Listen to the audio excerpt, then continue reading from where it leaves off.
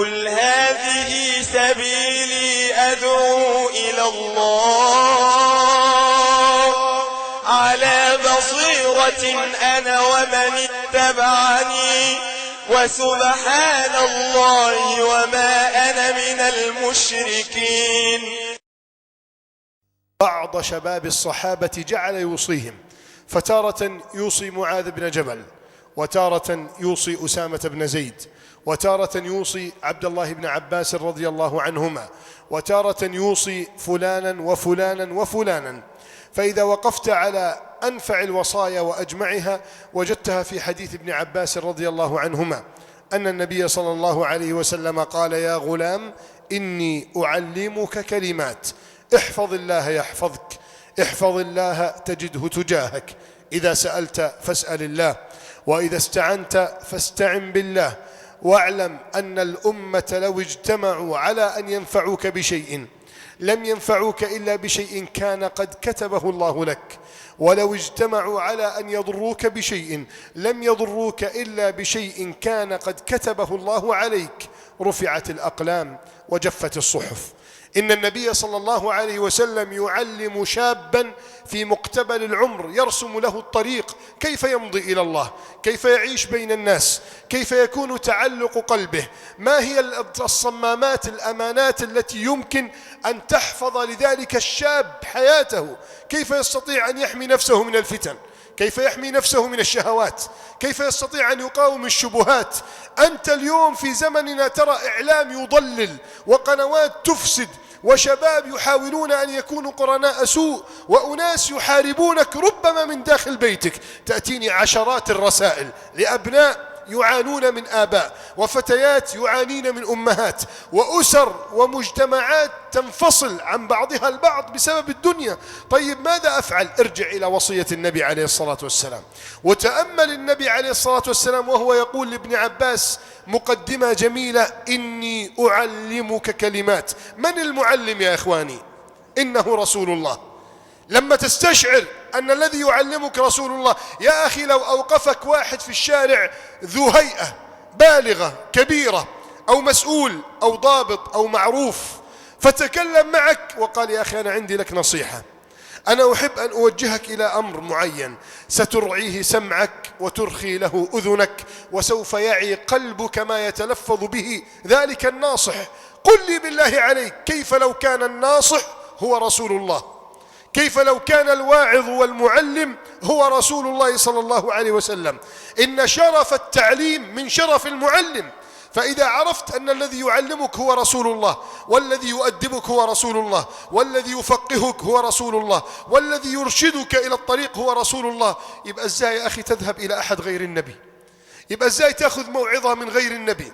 يبقى كيف تستطيع أن تنتفع بقصة أو قصيدة أو حكاية أو رواية أو مقال سياسي أو شيء من هذا القبيل لم يرشدك إليه رسول الله صلى الله عليه وسلم؟ وتأمل أيضا يسر وبساطة التعليم عندما قال النبي: إني أعلمك كلمات. لم يقل: دعني أعطيك درسا، دعني ألقي عليك خطبة، افهم أيها الغلام ما سأقوله لك، فما سأقوله لك يحتاج شرح وتطويل، وإنما استخلصها رسول الله ويسرها فقال: إني أعلمك كلمات. فإذا جئت إلى ولدك أو إلى من تحت يديك أو من تربيهم أو من تعلمهم أو من تذكرهم بالله جل وعلا، فيسر الخطاب لهم، جمل الكلام لهم، حسن العبارة، زوقها، أدبها، اجعل فيها من البلاغة والحسن واليسر ما تجعل عباراتك تصل إلى قلوبهم وتنفذ إلى أفئدتهم دون معاناة أو مشقة. إني أعلمك كلمات. والمعلم هو رسول الله، والكلمات يسيرة، والخطاب جاء مؤكدا بقوله: إني أعلمك، وهي معان يفهمها العرب من كلمات المتلفظ. إن المقصود، انتبه يا ابن عباس، فأنا الآن رسول الله صلى الله عليه وسلم ألقي عليك كلمات ليست كأي كلمات، وخطاب ليس كأي خطاب، وتوجيه ليس كأي توجيه. وإذا تأملت القصة والصورة ورأيت ابن عباس وهو وراء النبي يحتضن رسول الله، والرسول يمشي بتلك الدابة، ثم إذا جلس بجواره، وإذا شرب بجواره، وإذا اضطجع بجواره، وإذا قام يصلي وقف بجواره، ما أجملها من تربية وما أحسنه من تعليم. يؤتى للنبي صلى الله عليه وسلم بقدح فيه لبن، وكان ابن عباس عن يمينه وأشياخ قريش عن شماله. وإذا أردت أن تعرف متى كان ابن عباس كبيرا فستدرك فاجعة غريبة ومفاجأة عجيبة، أن ابن عباس لما مات النبي صلى الله عليه وسلم كان للتو قد ناهز الاحتلام، يعني لسه معدي البلوغ. يقول ابن عباس: كنت أمام النبي في الحج وأنا يومئذ قد ناهزت الاحتلام. والنبي مات بعد الحج يا شيخ أحمد بكم؟ بأيام، مات بعد الحج بشهور. فلذلك ابن عباس كان للتو قد ناهز الاحتلام، أي جاوز 14 أو 15 أو 16، يعني شاب في مقتبل العمر، موفور القوة، مليان شباب، عنده نشاط، عنده شهوة، يمر على عقله ما يمر على عقول كثير من الشباب. له رغبة في زوجة، وله رغبة في مسكن، وله رغبة في دابة، وله رغبة أن يكون عنده أرض يشتريها أو يزرعها، يتمنى أن يعيش كما يعيش كثير من الشباب في زمننا. لكن التربية الآن تجعله يسير على نفس الخطى ويمضي على نفس الطريق المرسوم. إذا جيء للنبي صلى الله عليه وسلم بهدية فكان يجب أن يكون ابن عباس ذلك الصغير السن هو الذي يبادر فيقول: يا رسول الله أعطهم نصيبي. عن شمال النبي أشياخ قريش، وعن يمين النبي ابن عباس. فقال النبي صلى الله عليه وسلم لابن عباس أمام هؤلاء الكبار: أتؤثرهم بنصيبك؟ يعني بدل من أن أعطيك أنا قدح اللبن، أنت تؤثر من عن شمالي بنصيبك فأقدم إليهم. قال: لا والله يا رسول الله لا أؤثر عليك أحدا، لا يمكن. فقدم النبي صلى الله عليه وسلم إليه القدح فشرب ابن عباس، ثم دفعه إلى من بيمينه، ثم دار المجلس حتى عاد القدح إلى أشياخ قريش. انظر إلى السنة والتعليم والأدب. الناس الآن جالسين أمام النبي عليه الصلاة والسلام كبار القوم، علية القوم، أناس في 40 و50، وأناس وقعوا مع النبي صلى الله عليه وسلم وشهدوا معه مشاهد ومواقع وغزوات، ومع ذلك النبي يستأذن من ابن عباس. فهي رسالة لهؤلاء الجالسين جميعا أن السنة تقدم حتى على كبير السن، وأن الصواب يفعل حتى مع كبير السن، وإن كان في ذلك شيء من عدم الوجاهة. فيمكن يقول هؤلاء الناس: يعني كيف يقدم النبي شابا صغيرا علينا؟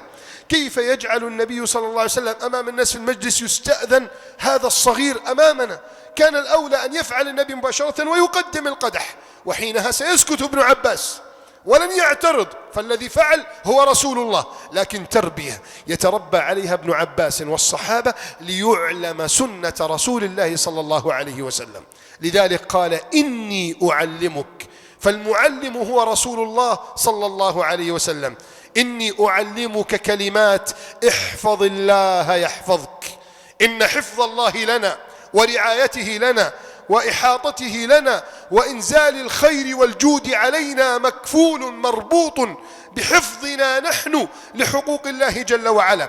وليس معنى قول النبي صلى الله عليه وسلم احفظ الله يعني نحن من نحفظ الله جل وعلا، كلا، فالله غني عن عباده، بل المعنى أن نحفظ نحن فينا حدود ربنا علينا، فتقوم بالأوامر وتجتنب النواهي، وتحفظ لسانك وسمعك وبصرك وفرجك وجوارحك، وتمضي إلى الله جل وعلا، فتكون كالذي ما ترك أمرا من أوامر الله وما اجترأ على حد من حدود الله. من عجيب ما يذكرون، وربما ذكرت لكم في درس سابق، أن الإمام أحمد بن حنبل كان يقول: والله ما رأيت في منامي امرأة غير أم عبد الله، وما اطلعت عيني على أنثى في حلم أو يقظة غير أم عبد الله، يعني زوجه أم عبد الله بن أحمد بن حنبل، من شدة حفظه لجوارحه، من شدة حيائه من الله. ولذلك في الحديث الصحيح يقول النبي صلى الله عليه وسلم للصحابة: استحيوا من الله حق الحياء. يا جماعة أريد أن أسألكم شيئا، استحيوا ده فعل إيه؟ فعل إيه يا جماعة؟ يعني النبي يأمر الصحابة بالحياء؟ يعني لما تأتي تفكر، يعني الصحابة محتاجين النبي يفكرهم إن هم يستحيوا، وتأمل النص: استحيوا من الله حق الحياء. وهنا تعجب الصحابة قالوا: إنا لنستحيي يا رسول الله، نحن عندنا حياء، نحن نخجل، نحن يصيبنا من الخجل عندما ننظر إلى مكاننا بين يدي الله جل وعلا. فقال النبي صلى الله عليه وسلم: ليس ذاكم، ولكن الحياء أن تحفظ الرأس وما وعى، والبطن وما حوى، وأن تذكر الموت والبلى، فمن فعل ذلك فقد استحيا من الله حق الحياء. إن حياءك من الله جل وعلا مربوط بحياء هذه الجوارح. ليس معنى النفسي يقوم في النفس فقط فتخجل من الله جل وعلا، مثلا وأنت واقف بين يديه في مكان عظيم أمام الكعبة وتستحي، أو مثلا يحصل موقف من المواقف فتتذكر الله جل وعلا وتخجل، لكن بقية يومك جوارحك تسرح وتمرح في معصية الله. لا، إنما ربط النبي الحياء الحقيقي بالجوارح، فقال: أن تحفظ الرأس وما وعى، العينين والأذنين واللسان والشفتين، وهذا التفكير وهذا العقل. ولذلك لما نزل قول الله جل وعلا: لله ما في السماوات وما في الأرض، وإن تبدوا ما في أنفسكم أو تخفوه يحاسبكم به الله، جاء أحد الصحابة وبعضهم يقول: يا رسول الله، حتى الذي نخفيه في أنفسنا يحاسبنا الله عليه. نزلت: والله التي لا نطيقها يا رسول الله. فغضب النبي صلى الله عليه وسلم وقال: قلتم والذي نفسي بيده كما قالت بنو إسرائيل لموسى: سمعنا وعصينا، هلا قلتم سمعنا وأطعنا؟ فقال الصحابة: سمعنا وأطعنا يا رسول الله. قال أنس: فجثوا على الركب، نزلوا على الركب كذا زي هيئة الجالس للتشهد، وذلت أعناقهم ينظرون إلى النبي يقولون: سمعنا وأطعنا يا رسول الله. امتثال وتربية وتعليم لتتربى النفوس على صدق الاتباع لله ولرسوله صلى الله عليه وسلم. يأتيني كثير من الشباب: يا شيخ، ألا ترى حال البلد؟ ألا ترى الدماء؟ ألا ترى الظلم؟ ألا ترى الفرقة؟ ألا ترى الخلافات؟ إحنا يا شيخ إمتى حننهض؟ إمتى حيبقى عندنا اقتصاد؟ إمتى حيبقى عندنا أسلحة نووية؟ إمتى سنكون أمة عظيمة؟ إمتى نستطيع أن نتكلم رأسنا برأس أوروبا وأمريكا؟ أقول يا جماعة: هونوا على أنفسكم، فنحن عندنا من المشكلات أعظم من ذلك ما يجعلنا لا نستطيع أن نصل إلى هذه المرتبة. أين نحن من التأدب الحقيقي مع ربنا جل وعلا؟ أنت أصلا مؤدب مع ربك ولا لا؟ أنت بتحفظ حدود الله أصلا ولا لا؟ أنت عندك قدرة أن تنتصر على شهواتك وعلى ملاذ نفسك وعلى آثامك ومعاصيك ولا لا؟ وإلا كيف تصل إلى مرتبة أن يجعلك الله ممن ترتعد له فرائص الغرب والكفر؟ متى تصل إلى هذه المرحلة؟ ما تصل إليها إلا إذا ارتعدت فرائصك وجوارحك وأنت واقف بين يدي الله جل وعلا. ولذلك زين العابدين ابن الحسن بن علي كان إذا قام إلى صلاته تغير لونه، فاصفر الوجه أو احمر، وأصابه من القلق الشيء الكثير. قالوا: يا إمام، يعني إذا وقفت إلى الصلاة يحصل لك هذا التغير؟ كيف يحصل لك هذا التغير؟ قد لا يحصل لأحدنا إلا إذا وقف أمام السلطان. قال: ويحكم، أتدرون بين يدي من أنا أقوم؟ إني إذا قمت إلى صلاتي استشعرت أن النار عن شمالي والجنة عن يميني والصراط ممدود أمامي والله جل وعلا قبل وجهي، فكيف لا تتغير جوارحي؟ كيف لا ترتعد فرائصي؟ كيف لا أشعر بالخجل والوجل والرعب والخوف من عظيم، من ملك الدنيا والآخرة جل وعلا؟ أنت بحاجة أن تفهم معنى قوله: احفظ الله. والله العظيم لو فهمناها يا إخواني فعلمناها لأولادنا وزوجاتنا وبناتنا وأنفسنا لتغير حال خريطة الأرض من حولنا. فالله جل وعلا جعل أعظم مملكتين تذلان للمسلمين الذين كانوا رعاة للأبقار والأغنام. يدخل ربعي بن عامر معه حربته، وقد بسط له بساط أمام كسرى فيخرق ذلك البساط حتى يصل إليه، فيقول له كسرى: ما الذي أخرجكم؟ ارجع إلى قومك فقل لكل واحد منكم 40 أوقية من الذهب. كل عام نعطيه 40 أوقية من الذهب، وهو يعرف أن العربي أصلا لو وجد في بيته خاتم من حديد لفرح، كيف إذا وجد عنده خاتم من فضة؟ كيف إذا وجد عنده أوقية من الذهب؟ كيف إذا كانت 40 أوقية من الذهب؟ كم سيشتري بها من البهائم؟ كم سيشتري بها من الأراضي؟ كم سيستطيع أن يتزوج بها من النساء؟ كم سينفق على الأولاد؟ لذلك هو يغريهم بالمال. فهنا لما فرغ قال ربعي: أفرغت؟ قال: نعم. قال: إن الحمد لله نحمده ونستعينه ونستغفره ونعوذ بالله من شرور أنفسنا وسيئات أعمالنا. ثم ذكر خطبة الحاجة التي كان يخطبها رسول الله ويبتدئ بها، كان يخطبها رسول الله ويبتدئ بها في بداية مقالاته وكلماته. ثم قال: لقد بعث الله إلينا نبيا من أنفسنا نعرف اسمه ونسبه واسم أمه وأبيه، وقد وعدنا نبينا إن نحن صدقنا مع الله أن يملكنا ما تحت كرسيك هذا. كلمات يا جماعة مع عظيم الفرص الذي لا يمكن أن يصل إليه أحد. ولولا أن جيش المسلمين خرج إلى القادسية ما كان يتصور أحد من قبائل العرب أن عربيا ممزق الثياب مرقع الملابس ممكن في يوم يقابل ملك الفرس. هذا لا يعقل في التاريخ، كما لا يعقل في زمننا أن نقول إن شابا مصريا عاديا يمكن أن يدخل على عظيم أمريكا فيتكلم معه بكلمات تجعله يرتعد خوفا، لأنك في زمن صورة ذلة المسلمين أصبحت منغرسة في قلوبهم. أما ربعي بن عامر فقد وصل عنده من الإيمان بالله وحسن الثقة فيه وحسن الظن به جل وعلا وحفظ حقوق الله في نفسه ما جعله لا يخاف ولا يرتعد ولا يوجل، بل يتكلم بأبلغ عبارة وأفصح كلام وأفضل بيان بين يدي عظيم الفرس. وهنا لم يجد بد من أن يستكين ويرضخ للأمر الواقع، فدخلت كتائب المسلمين وتمر الأيام وتحمل أحمال كسرى. يا جماعة واحد ملك مملكة حيكون عنده ذهب قد ايه؟ حيكون عنده من التيجان قد ايه؟ إذا كان رئيس دولة عادي في الشمال الإفريقي دولته فيها من الفقر والجوع ومع ذلك وجدوا أطنان الذهب في قصره بعدما ثارت عليه الثورة. إذا كان واحد عادي في بلد ليست من دول العالم المتقدمة بل من دول العالم الثالث ويقبض عليه ويموت في مجاري، سبحان الله، كيف يعقل ذلك؟ جيء بالأساور والتيجان والذهب ووضعت بين يدي عمر بن الخطاب فبكى عمر،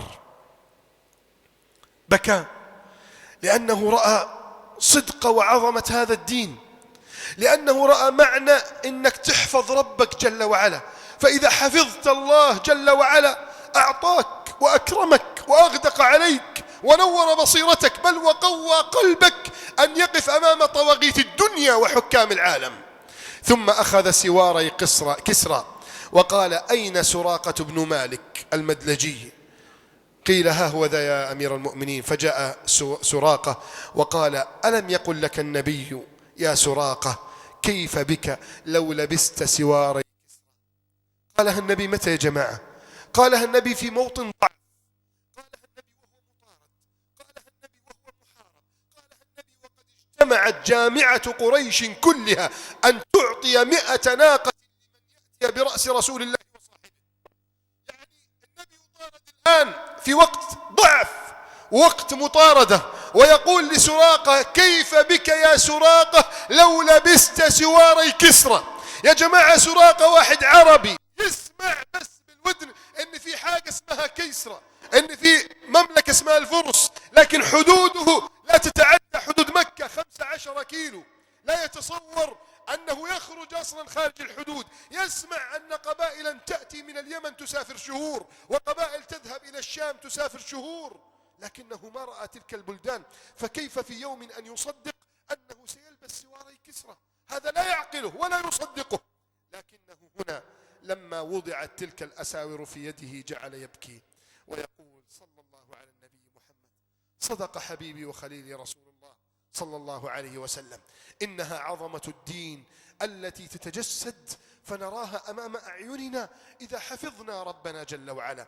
احفظ الله يحفظك. بالله عليك يا أخي، أليس حفظ الله تاما عليك حتى حتى مع عصيانك له؟ أليس الله يحفظك حتى رغم تقصيرك في حقه؟ أليس الله جل وعلا يحفظك حتى رغم بعدك عن بيته؟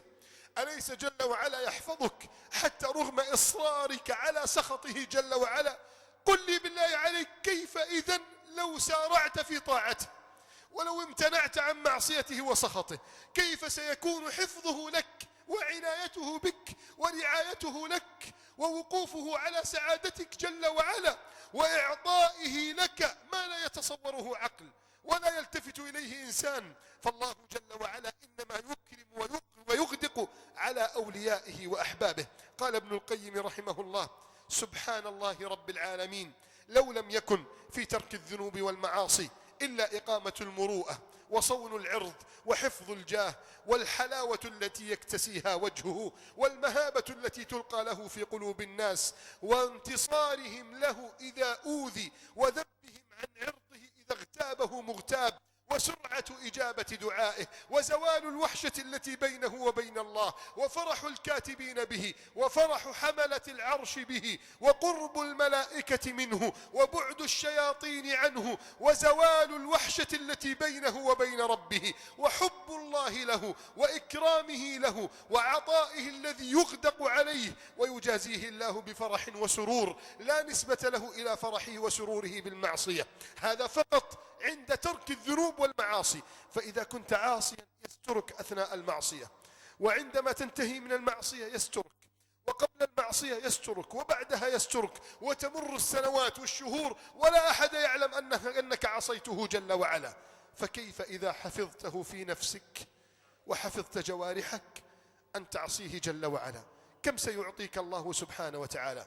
والذين هم لفروجهم حافظون. قال العلماء: فحفظ الفرج يأتي بحفظ ما قبله، أن تحفظ ما يؤدي إلى الفرج: النظر، السماع، الكلام، النطق، اللمس، التقبيل. إنها أشياء وجوارح تقودك إلى المعصية وإلى الفرج. فإذا أردت أن تحفظ فرجك فاحفظ جوارحك قبل أن يصل شوق قلبك أن تقع في سخطه جل وعلا. ولقد وقف بعض الصحابة يبكي بكاء شديدا، والنبي صلى الله عليه وسلم يقول له: ما لك تبكي يا ثعلبة؟ فيقول: يا رسول الله، أصابني هم عظيم. فيقول: ما لك؟ فيقول: نظرت من ثقب باب إلى امرأة وهي تغتسل. نظرت عين إلى امرأة وهي تغتسل. وكانت نساء العرب من أدبهن وحسن تعليمهن لا تغتسل المرأة عارية. فالمرأة في قبائل العرب من العيب أن تنزع ثيابها إلا بأمر زوجها. فأما إذا جاءت تغتسل أو تذهب إلى الكنيف فما كانت تنزع ثيابها أبدا. وجاء أدب النبي صلى الله عليه وسلم فزاد الأمر شدة، فقال: أيما امرأة نزعت ثيابها في غير بيت زوجها فالجنة عليها حرام. وفي رواية: لعنتها الملائكة. كل ذلك لماذا يا جماعة؟ حتى يبين عظمة العفاف والوقار والخلق الذي يجب أن تتربى عليه المرأة. لك أن تتصور صحابي نظر إلى امرأة من ثقب باب وهي تغتسل مستورة، لكن الماء على جسمها أو الملابس ملتصقة بجسدها أو أصابه ما يصيب كثير من الرجال من الرغبة في تتبع العورات، عندئذ بكى وأصبح لا ينام ولا يفكر ولا يأكل ولا يشرب، هزل الجسد، ضعف البدن، اصفر اللون، تغير الوجه، قلق دائم، صداع رهيب، لا يذوق طعاما ولا شرابا، كل ذلك من أجل نظرة. يا الله، كيف بشبابنا اليوم؟ كيف برجالنا اليوم؟ كيف بأبنائنا وبناتنا اليوم؟ كيف بأسرنا اليوم؟ نحن في أمس الحاجة أن نفهم معنى احفظ الله. فوالله العظيم يا إخواني، لو عرفنا كيف نحفظ حدود ربنا لوجدنا من الخير ما لا يخطر على بال، ولوجدنا من التوفيق ما لا يتخيله عقل، وذلك بأن تكل هذه الجوارح كلها إلى الله جل وعلا. فهو الذي يقويك، وهو الذي يعينك، وهو الذي يطعمك ويسقيك، وهو الذي يؤويك ويحميك، وهو الذي إذا مرضت يداويك ويشفيك. لذلك إياك ثم إياك أن تنأى بنفسك عن الله، واعلم أنك ما كبلت هذه الجوارح لأجله إلا وأكرمك الله وأغدق عليك. وما من إنسان يستطيع أن يعصي ويتمكن من المعصية فيترك ذلك لأجل الله جل وعلا إلا أورثه الله حلاوة في قلبه وسعادة في نفسه لا تعادلها حلاوة ولا تعادلها سعادة. قال لي أحد الإخوة المسؤولين عن أعمال الحج والعمرة، قال: خرجت معنا رحلة عمرة من الإسكندرية، وكان فيها شاب وفتاة للتو قد توفي والدهم، فخرجوا يؤدون العمرة عن أبيهم برا بهذا الأب الذي عاش وهو يعلمهم القرآن ويحفظهم السنة. يقول: أنا كنت أتعجب من سمت هذا الولد وهذه الفتاة في 26 والولد تقريبا في 30، وهم طوال الرحلة يمسكون المصاحف والقرآن حتى وصلنا إلى مدينة سفاجة، ثم ركبنا العبارة وانطلقنا بعدها فمشينا بالبر، وكانت رحلة فيها من المشقة الشيء الكثير. يقول: ونحن على هذا الحال وصلنا إلى مكة، فبدأت بالتسكين، سكنت هؤلاء الناس جميعا، ولما انتهيت من التسكين كان نصيب هذه الفتاة أنها تسكن في الغرفة مع 2 من النساء كبيرتان مسنتان، والبنت معها في يدها غويشتين أو 3 من الغوايش الذهب، فالبنت خلعت هذا الذهب وخلعت يعني ما معها ودخلت تغتسل تهيئ نفسها للنزول إلى الحرم. خرجت الفتاة من دورة المياه فإذا بإحدى النساء قد لبست الغوايش الذهب في يدها، فقالت الفتاة: خير يا أمي، عاجبينك أنت شايفاهم مناسبين؟ فقالت: هم إيه دول يا بنتي؟ قالت لها: الغوايش بتاعتي. قالت لها: يا بنتي لا، دي غوايشي أنا. قالت لها: يا أمي اتق الله، حرام عليك، إحنا لسه واصلين قدام الكعبة دلوقتي، إزاي اللي أنت بتعمليه؟ قالت لها: يا بنتي حرام عليك تفتري علي، يا بنتي دي غوايشي. قالت لها: يا بنتي دي غوايشي أنا معايا الفاتورة. قالت لها: فين الفاتورة؟ قالت لها: في اسكندرية. قالت لها: طيب الغوايش بتوعي والفاتورة في اسكندرية. وحصل خصام وشجار، فراحت البنت تنادي أخوها، فجاء أخوها وكاد أن يضرب المرأة، وبعدين جاء بعض الرجال ومنعوه، وأصبح الفندق يعني حريقة ونار، والناس كلهم بيتفرجوا ويقول لك: اسكتوا، شايفين المصريين اللي بيضربوا بعضهم. يقول: فأنا أصبحت في حيرة، وأنا واقف وأنا شاب مستقيم ملتزم ودائما أعمل رحلات عمرة، لكن أول مرة يحصل سرقة جهارا نهارا أمام عين الناس، فأصبحت أوقف المرأتين أمام الناس ومش عارف الحل. يا أمي الذهب ده بتاع البنت. تقول لي: يا ابني عيب عليك، ده ذهبي وفواتيره موجودة في اسكندرية والله. والبنت تبكي تقول: والله يا عم الشيخ ده ذهبي أنا، والله العظيم ذهبي. يا جماعة ما حدش مصدقني ليه؟ يقول: فأنا قلت كما قال النبي صلى الله عليه وسلم: البينة على المدعي واليمين على من أنكر. ليس عندي أي شيء أمام الناس. المرأة تقول: يعني أخلع من إيدي وهو ذهبي حتى أرضي هذه الفتاة؟ يقول: فحجتها قوية، فقلت: خلاص أبقي معك. فأرادت البنت يعني أن تنتقم وتضرب، فأمسكها أخوها فجعلت تقول: حسبي الله ونعم الوكيل، حسبي الله ونعم الوكيل، حسبي الله ونعم الوكيل. يقول الشيخ: فقلت لها: والله العظيم يا ابنتي ما تكلم أحد بهذه الجملة ولا تلفظ مسلم بهذه الكلمة وهو صادق مظلوم مكروب مهموم إلا فرج الله همه وقضى دينه وأعطاه سؤله وحقق مطلبه وأجاب دعاءه. فثقي في الله، أنت الآن في أول زيارة لك أمام الكعبة ولم تنزلي حتى الآن، وحصل لك هذا الابتلاء، لعل الله أراد أن يكسرك حتى تقبلي عليه مكسورة، حتى تأتي إليه ندمانة، حتى تكوني في أمس الحاجة أن تناجيه وترفع الأكف له سبحانه وتعالى. يقول: ولم تزد الفتاة عن هذه الجملة.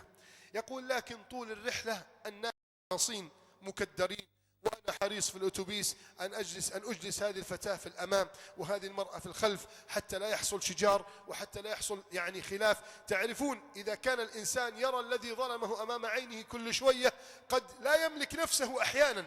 حتى ذهبنا إلى المدينة ورجعنا بعد ذلك في الطريق ونحن مسافرون، توقفنا في محطة، نزل الناس يأكلون الغداء ويشربون الشاي، فطلب بعض الحاضرين شاي، فجاءت هذه المرأة تحمل كرتونة وضعت عليها 6 أكواب شاي، والكرتونة كأنها كانت هزيلة، وأثناء صعودها للأتوبيس اندلق الشاي كله المغلي على قدم هذه المرأة، فصرخت من شدة الحرارة، ذابت تلك الغوايش الذهب في يدها فغاصت في لحمها وبرزت الدم وظهر، وبدأت المرأة تصرخ، مع أن المعدن ليس معدن سريع الذوبان، لكن أراد الله جل وعلا أن تكون عبرة، فجعل الناس يصرخون: الله أكبر، كشف الله الحق، فضح الله هذه المرأة، والمرأة تصرخ: الحقوني. أخرجت الناس بسرعة وأجرت سيارة وأخذت المرأة وبعض أقاربها وانطلقنا إلى المستشفى. قالوا لا بد أن نقطع أحد أوتار اليد، فقد غاص الذهب في هذا الوتر، ولا بد أن نجري عملية تستغرق على الأقل من 4 إلى 6 ساعات حتى نرجع نلحم هذا الوتر مرة أخرى. وبالفعل أجريت العملية وانتظر الباص كامل والعمرة كلها حتى تخرج هذه المرأة من المستشفى. خرجت هذه المرأة، ركبت الأتوبيس وانطلقنا، جاوزنا الحدود السعودية، دخلنا الحدود المصرية، وإذا بالمرأة تصرخ: يا إيه اللي حصل؟ في إيه؟ قالت: والله نسيت الذهب في المستشفى. أراد الله جل وعلا أن يحرمها الذهب الذي سرقته وأن يعاقبها عليه، فجعل الناس يكبرون. فلما وصلنا كان في استقبال هذه الفتاة وأخيها بعض أقاربها، فجعلوا يهمسون في آذانهم، قالوا: قسمت تركة أبيكم فأصبح نصيب هذه الفتاة لوحدها 300,000 جنيه، عوضها الله عن كل غويشة ب100,000. فجعلت النساء تزرغت، وجعل بعض الحاضرين يكبر، وأراد الله جل وعلا أن يقضي حاجتها ويشفي غليلها ويعوضها أمام الناس. وفتحت تلك السارقة. إن الله جل وعلا ما رأى أحدا يحفظ حقه وحده إلا ويعطيه ويكرمه جل وعلا. لذلك اسأل نفسك: أين أنت من حفظك لحدود الله جل وعلا؟ احفظ حد الله في نفسك، والله يبارك لك في زوجتك، يبارك لك في أبنائك، يبارك لك في ذريتك.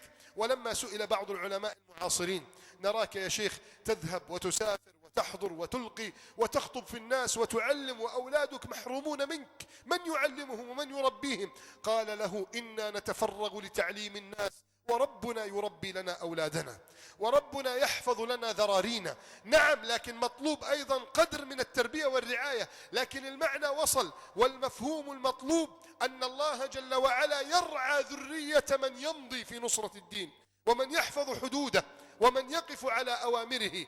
احفظ الله تجده تجاهك. وهذه جملة بالغة عظيمة، ففي كل طريق وفي كل سبيل تسلكه ستجد ربك جل وعلا قد دلل الطريق أمامك. وأقسم لكم بالله ما وجدت هذا الأمر واضحا جليا كما وجدته في طلب العلم يا إخواني ويا أخواتي. نعم، كلما مررت في طريق أقف فيه على مسألة أو أتعلم فيه كتاب أو أثني ركبي عند عالم من العلماء أو شيخ من المشايخ إلا وأجد السبيل مذللة ميسرة، وذلك لأنك أردت وجه الله جل وعلا. احفظ الله تجده تجاهك، فالله جل وعلا يذلل لك كل العقبات وييسر لك كل السدود. قال صلى الله عليه وسلم: من سلك طريقا يلتمس فيه علما سهل الله له به طريقا إلى الجنة. استشعر هذه المعاني، واعلم أن الله جل وعلا سيقف معك في كل سبيل تمضي فيه إليه. وأما من عاند الله ونأى عن الله وابتعد عن طريق الله فلا بد أن يجد من العقبات ما يمنعه أن يمضي إلى الله سبحانه وتعالى. وإنما ينتقي ربك المخلصين ويصطفي الصادقين. نسأل الله أن يجعلنا وإياكم منهم. ثم قال النبي صلى الله عليه وسلم: إذا سألت فاسأل الله، وإذا استعنت فاستعن بالله. إنها كلمات تعني الكثير، أن القلب يجب ألا يلجأ إلى الله ولا يركن لأحد إلا لله سبحانه وتعالى، ولا يجد من الرغبة في الانكسار إلا بين يدي الله جل وعلا. حذار أن ينكسر قلبك أمام مسؤول أو أمام عظيم أو أمام من تظن أن بيده رزقك أو وظيفتك أو عملك أو تجارتك، فإنه لا يجوز أن تنكسر إلا بين يدي الله جل وعلا. واحذر أيضا أن تسأل أحدا غير الله. قال بعض الصحابة: إنا لنستحي أن نسأل غير الله جل وعلا، حتى إن بعضهم كانوا لا يطلبون من الله إصلاح شسع النعل، يعني رباط النعل إذا انقطع يطلبون من الله أن يصلحه لهم. وقال بعض الصحابة وقال بعض التابعين: لقد مررت بأقوام من أصحاب النبي يسقط صوت أحدهم على الأرض فما يطلب من أحد أن يرفعه، وإنما ينزل عن دابته، وربما فك اللجام، وربما فك ما كان يربطه على الدابة، وربما أخرج قدميه من مكانهما ووجد مشقة في النزول من الدابة حتى يأتي بصوته، حتى لا يطلب من أحد ولا يستعين بأحد. هل تستعين بالله؟ أنت في كل يوم تطلب من الله جل وعلا 17 مرة 17 مرة: إياك نعبد وإياك نستعين. تطلب منه المعونة، لكن في واقع حياتك نراك تستعين بغير الله وتلجأ لغير الله، وتحاول أن تداهن أو تنكسر أو تذل ظنا منك أن في هذا رزقك، أو أن في هذا معونتك، أو أن في هذا خيرا ربما جاء إليك. وأقسم بالله من كسر أحد بين يدي الله إلا وأعطاه الله سؤله، وما ترفع أحد عن الناس إلا وأكرمه الله جل وعلا. قال النبي صلى الله عليه وسلم: وازهد في الدنيا يحبك الله، وازهد فيما عند الناس يحبك الناس. اطلب النفس عند ربك جل وعلا، اطلب منه كل شيء: زوجة، ذرية، مال، بيت، سيارة، وظيفة، كل ما تريد وما تشتهي اطلبه من الله، لكن إياك أن تطلب ذلك من مخلوق، فالله جل وعلا يحب انكسارك بين يديه، والمخلوق لا يحب منك ذلك. لا تسألن بني آدم حاجة وسل الذي أبوابه لا تحجب، فالله يغضب إن تركت سؤاله، وبني آدم حين يسأل يغضب. فرق بين من يغضب إذا تركت السؤال، وبين من يغضب إذا أكثرت عليه السؤال. كل يوم لو وقفت على باب أعظم غني وأكبر تاجر تطرق عليه تقول: أعطني، يعطيك أول مرة وثاني مرة وخامس مرة وعاشر مرة، لكنه لا يلبث إلا أن يمل منك ويقول: يا أخي أعطيتك، خلاص إلى متى وأن تطرق علي الباب؟ لكن ربك جل وعلا، ربك سبحانه يطلب منك كل يوم، وحاشا أن يطلب الله، بل يرشدك أن تطلب أنت منه. نعم، يرشدك أنت أن تطلب منه كل ليلة، فيقول: من يدعوني فأستجيب له، من يسألني فأعطيه، من يستغفرني فأغفر له. يا جماعة، المسألة قد يظنها البعض إن هذا كلام حشو داخل الحديث. لا يا حبيبي، هذا كلام عقيدة، ده كلام تربية، تأصيل، إنه ما ينفعش تستعين بغير الله، ما ينفعش يا أخي تطلب من غير الله، ما ينفعش تتذلل لأحد إلا لله. جرب ذلك وانظر المقابل، وتأمل كم سيغدق الله عليك، وانظر كم سيفتح الله لك أبواب. يقول ابن القيم: وما سد الله عن عبده بابا إلا فتح في مقابله أبوابا. ما سد الله عليك بابا إلا ليفتح لك أبواب أخرى. لكن أين المتيقظ؟ أين الفطن؟ أين من يدرك أن الله جل وعلا يدفعه دفعا ليقبل على هذا الباب؟ غلق عنك باب التجارة، فلعل الله أرادك أن تقبل على باب العبادة، أو تقبل على باب الدعاء، أو تقبل على باب إغاثة الملهوفين وإسعاد الفقراء والمساكين.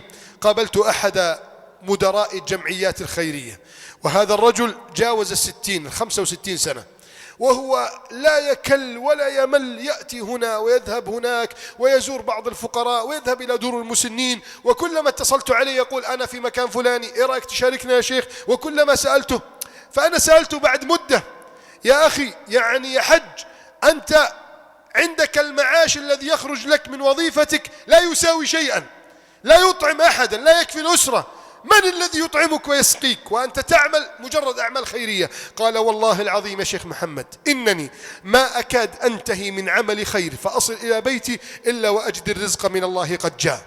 فترى خيرات وأبواب فتحت لي، وتجارة تأتيني إلى بيتي، وأناس يطلبون مشورتي ومعونتي، فأصبحت مستشارا قانونيا خاصا دون علم أحد.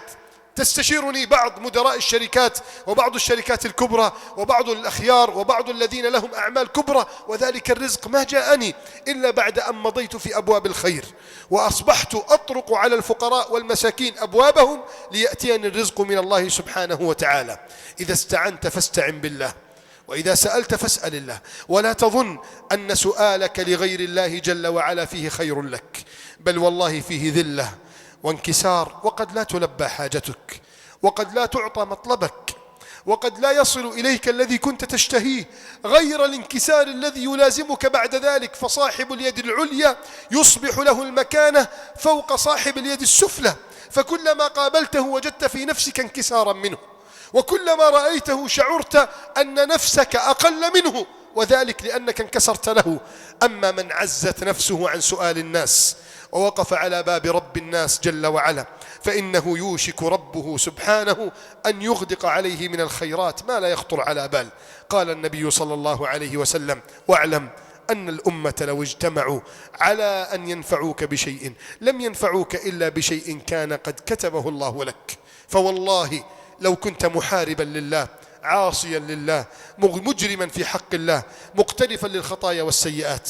والناس يظهرون لك الحب، والناس يظهرون لك الود، والناس يظهرون لك أنهم حولك. ليوشكن الله جل وعلا أن يفرق شملك ويشتت عليك ما اجتمع، وتصبح فردا لا أحد معك، لا أحد يسندك، لا أحد يعضدك، لا أحد يقف بجوارك. عندنا أحد أعضاء مجلس الشعب عام 2005 أنفق أكثر من 11 مليون جنيه، ثم سقط في الامتحانات، سقط في الانتخابات، وأصبح معلولا مريضا، ثم نقل الخبر لي أنه ذهب إلى العناية المركزة.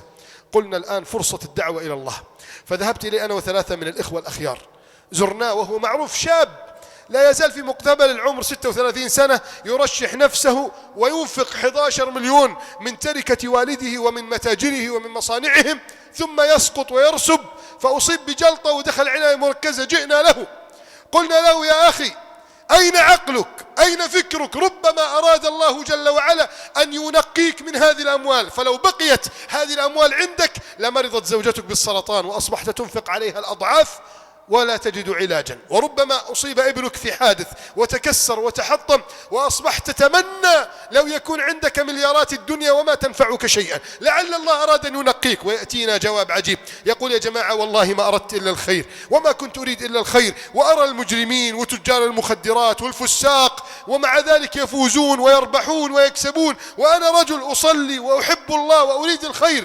قلنا له إن كنت صادقا فهذه النوايا يجب ألا تحزن عليها، لأنك ما أخرجت ذلك إلا لتنال مكانة تنصر بها دين الله جل وعلا، وما أراد الله لك تلك المكانة. لذلك لا تعلق قلبك بالدنيا ولا تحزن على شيء فاتك منها. ولو اجتمعت الأمة أن تسندك وتعضدك والله جل وعلا يريد أن يسقطك ستسقط، لأن حماية الناس ليست كحماية رب الناس، ولأن رعايتهم وعنايتهم ليست كرعاية وعناية ربك جل وعلا. والله جل وعلا مع المتقين، والله يحب المحسنين، والله يحب الصابرين، والله جل وعلا يحب المخلصين. وقلب آيات القرآن لترى أن عناية الله ومعيته إنما تكون مع أفراد وأحاد، ليست مع العموم ومع الكل، مع ناس عندهم إخلاص غير بقية الناس، عندهم إحسان غير بقية الناس، عندهم تقوى تختلف عن تقوى الناس، عندهم صدق يختلف عن صدق بقية الناس. اسأل نفسك أنت فين منهم؟ أي صفة تليق بك؟ أي سمة تستطيع أن تلبسها لنفسك حتى تأتيك معونة الله وينزل عليك كرم الله وجوده سبحانه وتعالى؟ ولو اجتمعت الأمة على أن يضروك بشيء لم يضروك إلا بشيء كان قد كتبه الله عليك. كنا في جنوب المملكة العربية السعودية، خرجنا في رحلة، وكنت ذلك الوقت لا أزال شابا في أوائل السنة الثانوية، وكان معنا مجموعة من الأسر والأهالي، وكان من ضمن تلك الأسر امرأة كانت تحرص دائما على الأذكار وتعلم الأولاد الأذكار. فإذا ركبنا السيارة ومعنا الوالد والأسرة ذكرتنا هذه المرأة بالأذكار، وكان لها بعض الأبناء ومنها بنت صغيرة. وهذا حصل يا إخواني أمام عيوننا. كنا في ذلك الوقت في ذهابنا إلى هذه الرحلة نقرأ بعد صلاة الفجر والصبح القرآن، ثم بدأت تعلمهم الأذكار، فبدأ الأطفال يلعبون وجلست أنا مع الكبار، وهكذا حتى اقتربت الشمس من المغيب وانتهت الرحلة، وإذا بنا نسمع صراخ المرأة.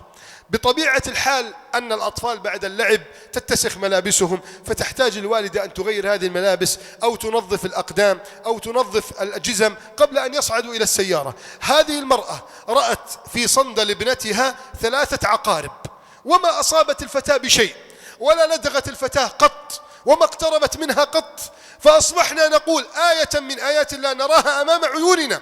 قالت لأنني حفظت ابنة الأذكار، لأنني حصنتها بذكر الله، فوالله أنا على يقين لو اجتمع كل الناس أن يضروا ابنتي لن يضرها أحد. قلنا هذا هو اليقين في الله جل وعلا، وهذه هي التربية، وهذا معنى تعليم النبي لابن عباس هذه المعاني، أن يوقن ابنك وابنتك وزوجتك ومن تحت يديك معنى رعاية الله لهم.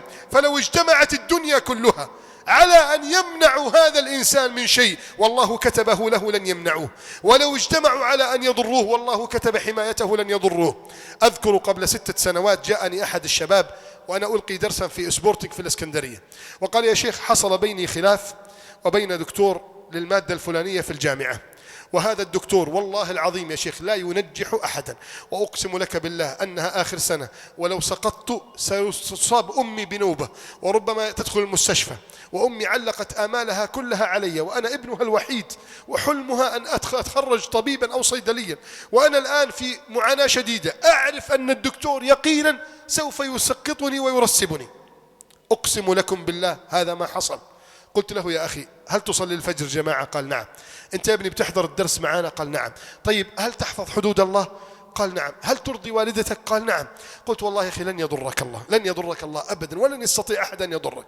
استعن بالله وخذ بالأسباب وذاكر المادة وادخل الامتحان.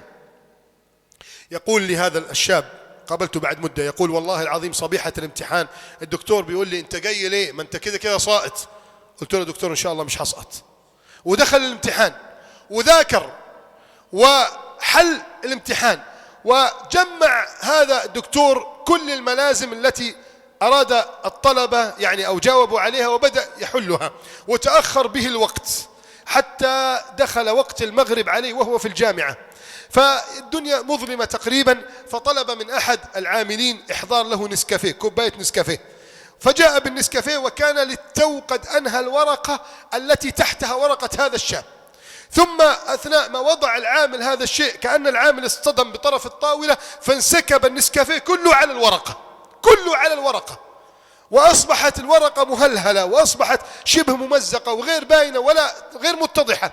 يقول لي هذا الشاب أصبح صيدلي الآن، يقول يا شيخ والله العظيم قابلني الدكتور يقول أقسم بالله يا ابني ربنا بيحبك، أنا كنت ناوي ألا تنجح، فأراد الله جل وعلا أن تنمحي الورقة فأعطيتك الدرجة كاملة لأنني علمت أن الله معك. سبحان الله. أنت لابد أن تدرك أنك إن كنت مع الله فلن يضرك أحد، وإذا كنت في كنفه ورعايته فكيف يمكن أن يقف في وجهك أحد؟ وربما قصص السلف كثيرة، لكنني أحببت أن أذكر شيئا مما نعايشه مما نعاصره، حتى لا يقول قائل يا شيخ الكلام ده أيام السلف، أيام ما كان الناس صالحين وطيبين، لكن في زمننا إحنا عندنا معاصي والله جل وعلا يعاقبنا وربنا سبحانه وتعالى يقف معنا. لا، اسأل نفسك يا أخي، حتى ما مررنا به خلال 4 سنوات بلدان بجوارنا مزق الشمل فيها وهدمت البيوت وقصفت المنازل وذبح النساء وانتهكت الأعراض، ونحن عندنا أقل ما يكون ما أصابنا ما أصاب أهلنا في سوريا، ما أصابنا ما أصاب أهلنا في اليمن، ما أصابنا ما أصاب أهلنا في ليبيا. إنك بحاجة أن تشكر الله جل وعلا وأن تدرك أن رعايته وعنايته إنما تكون لعبده الذي أقبل عليه. ثم قال النبي صلى الله عليه وسلم كلمة بليغة: رفعت الأقلام وجفت الصحف. انتهى الأمر، إنما هو مكتوب وما هو مقدر لا يمكن أبدا أن يقف أمامه أحد. إن كان الله قد كتب وقدر فأنى لقوة في العالم أو الأرض أو السماء أن تمنع قوة الله جل وعلا. ومن كان الله معه فمن أي شيء يخاف، ومن كان الله ضده فأي شيء سيرجو. إنك لا تستطيع أن تفعل شيئا. ولذلك كان بعض السلف إذا مر بآيات الربا بكى بكاء شديدا، فيقول بعض الطلاب يا شيخ شعبان يعني هذه آيات ربا، مش آيات جنة ولا آيات نار ولا آيات عقاب ولا عذاب ولا قال ويحكم إني أتأمل حال المرابي والله يحاربه. أنا بعيط يا جماعة إن أنا مش متصور إن في واحد يكون عارف إن ربنا بيحاربه وهو مستمر. هذا كيف ينجو؟ هذا يا إخواني كيف ينجو؟ كيف يفلح؟ لذلك ركز، اضبط أمورك وأحوالك، اضبط جوارحك، اجعل هذا البدن لا يعصي الله، ينأى بنفسه عن سخط الله، لأنه لا طاقة لك بقوة الله جل وعلا.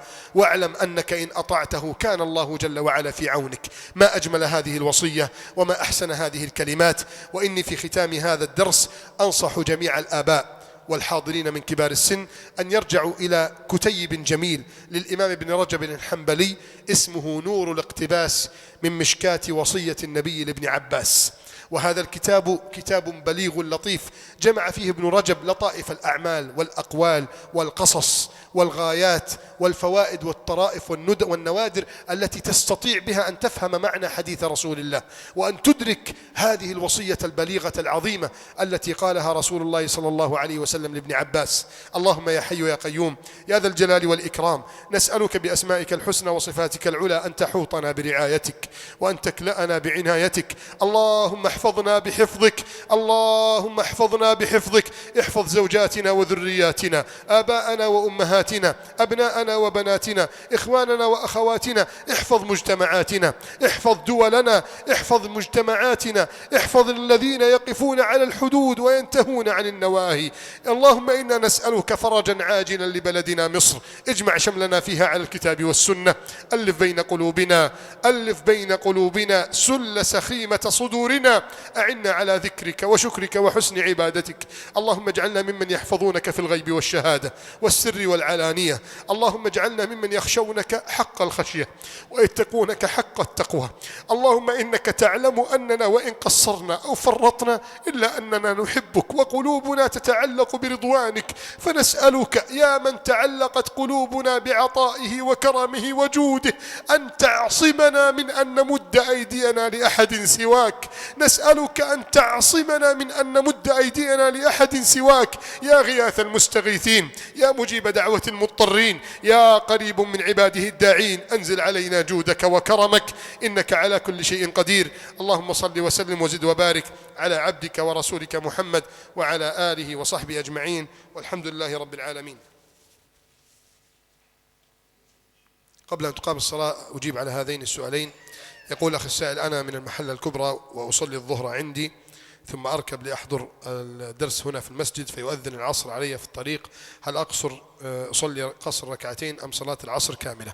تقصر الصلاة طالما أنك فارقت المدينة وجاءك وقت الصلاة أثناء السفر، فإذا وصلت إلى مكانك الذي تبغيه وأذن المؤذن للصلاة فدخلت في المسجد فوجب عليك أن تتم لأنك تصلي مع الجماعة. أما إن صليت لوحدك في الطريق فإنك تقصر الصلاة، وذلك لأن النبي صلى الله عليه وسلم بين هذا الحكم وقد بينه ربه جل وعلا في القرآن فقال: لا جناح عليكم أن تقصروا من الصلاة، فبين أن هذا الجناح منفي، وأن الصلاة في حال السفر تكون مقصورة، أعني الرباعية تنقسم إلى ركعتين. قالت أمنا عائشة: كانت الصلاة في السفر والحضر ركعتين ثم زيدت في الحضر وبقيت في السفر، فهي أصبحت 4 ركعات في الحضر ثم أصبحت كما هي عليه في السفر ركعتين.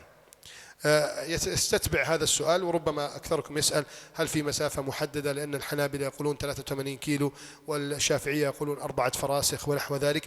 نقول إن القول الصحيح الراجح وهو ما ذهب إليه شيخنا العلامة عبد الرحمن بن سعدي رحمه الله وتبعه شيخنا محمد العثيمين، وهو قول شيخ الإسلام ابن تيمية رحمه الله وجماعة من المحققين، أن العلة مربوطة بما عد في العرف سفرا ليس بمسافة. يعني ما عد في العرف سفرا، الناس يقولون مثلا من هنا إلى القاهرة سفر، لكن يقولون مثلا من هنا إلى كفر شكر ليس سفر، يقولون مسافة قريبة. من هنا مثلا إلى وسنة ليس سفر، مسافة قريبة. فالعرف عند الناس معمول به في الشريعة، فما عد في العرف سفرا ترخص فيه بأحكام السفر، وما لم يعد سفرا فإنه لا يترخص فيه بأحكام السفر. هل يجوز تعلم العزف على آلة موسيقية بغرض الإنشاد الديني؟ لا يجوز، لأن عندنا في ديننا أن الغاية لا تبرر الوسيلة، فربنا ونبينا علمنا ونهانا عن المعازف. قال الله جل وعلا: ومن الناس من يشتري لهو الحديث ليضل عن سبيل الله. قال ابن عباس وقتادة ومجاهد والسدي وغيرهم: لهو الحديث هو الغناء، وإنه ينبت النفاق في القلب كما ينبت الماء البقل.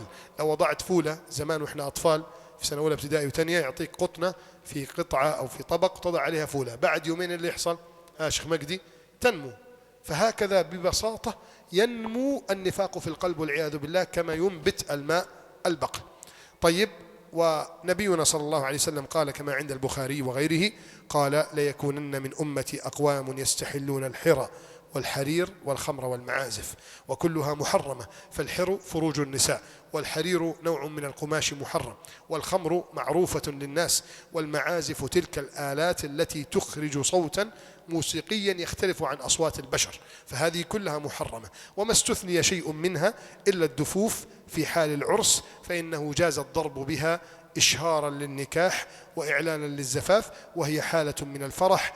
جاز استخدام آلة خاصة معينة بنص خاص معين كما بين النبي، إذ لا يجوز غيرها. فلا يجوز أن يأتي واحد بكمنجة مثلا، أو يأتي واحد مثلا ببيانو ويقول لا خلاص المعازف جائزة في العرس. نقول لا، إنما خصص النبي الضرب بالدفوف فقط دون بقية المعازف. فإن قال قائل إنه ليس هناك معازف في عهد النبي، قلنا لا، هذا غير صحيح، إذ كانت الناي والعصي والضرب على بعض الأوتار شيئا موجودا على عهد رسول الله صلى الله عليه وسلم، ومع ذلك ما استثنى رسول الله إلا الدفوف في حديث أبي بكر المشهور والمعروف.